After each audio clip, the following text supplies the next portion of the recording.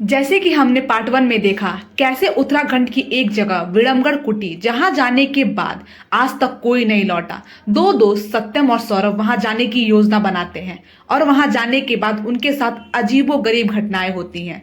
तो पार्ट 2 में हम देखेंगे कि क्या वो दोनों वहां से वापस लौटते हैं कि नहीं। तो शुरू करते हैं अपनी कहानी।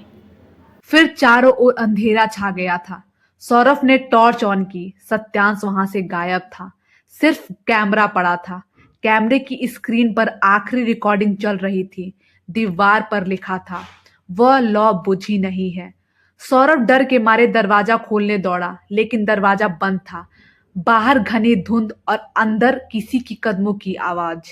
वो कैमरा ऑन करता है। स्क्रीन पर धुंधली तस्वीर और अचानक सत्यांश की आवाज आती है, सौरभ भाग मत। वह पीछे देखता है, कुछ नहीं। फिर कैमरा में देखता है, सत्यांश खड़ा है सफेद आंखों के साथ। सत्यांश रिकॉर्डिंग में बोलता है, दीपा की लौ बुझी थी पर मैंने उसे फिर जला दिया। अब वह मुझे नहीं छोड़ेगी। स्क्रीन ब्लर हो जाती है। सौरभ पीछे मुड़ता है तो देखता है दीपक फिर जल चुका था। सौरभ डरते हुए डायरी दोबारा खोलता है। एक नया पन्ना खुद ब खुद खुलता है जिसमें लिखा था, अगर दीपक फिर जला तो दीपा लौटेगी और जिसने जलाया वह उसका हो जाएगा। उसी वक्त पायल की आवाज आती है। वह मुड़ता है। वही औरत, वही लाल साड़ी, वही चेहरा आधा जला हुआ, आंखें सफेद। सौरभ, तू कौन है? वह औरत धीरे से फुसफुसाती है, मैं नहीं लौटना चाहती थी पर उसने मुझे बुला लिया। सौरभ समझ जाता है दीपक ही इसका सबसे बड़ा कारण है। वह आगे बढ़ता है उसे बुझाने, लेकिन दीपा की परछाई उसके चारों तरफ घूमने लगती है। जैसे ही सौरभ हाथ बढ़ाता है, दीपक की लौ नीली हो जाती है और दीवार पर सत्यांश की परछाई उभरती है।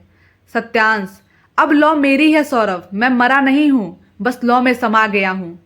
दीपा धीरे से कहती है, अब तू बुझाएगा तो सब खत्म हो जाएगा, मैं भी और तू भी। सौरभ डरते हुए मिट्टी उठाता है और दीपक पर फेंक देता है। लौ बुझ जाती है।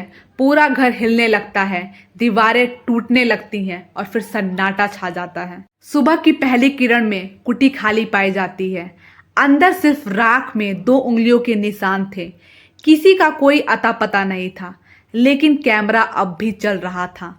स्क्रीन पर धीरे धीरे एक चेहरा उभरता है, सत्यांश।